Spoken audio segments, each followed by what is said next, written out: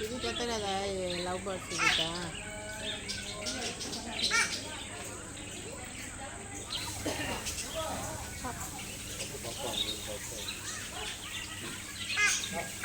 அது எல்லாமே ரெண்டு ரெண்டு தான் வந்துச்சுதா.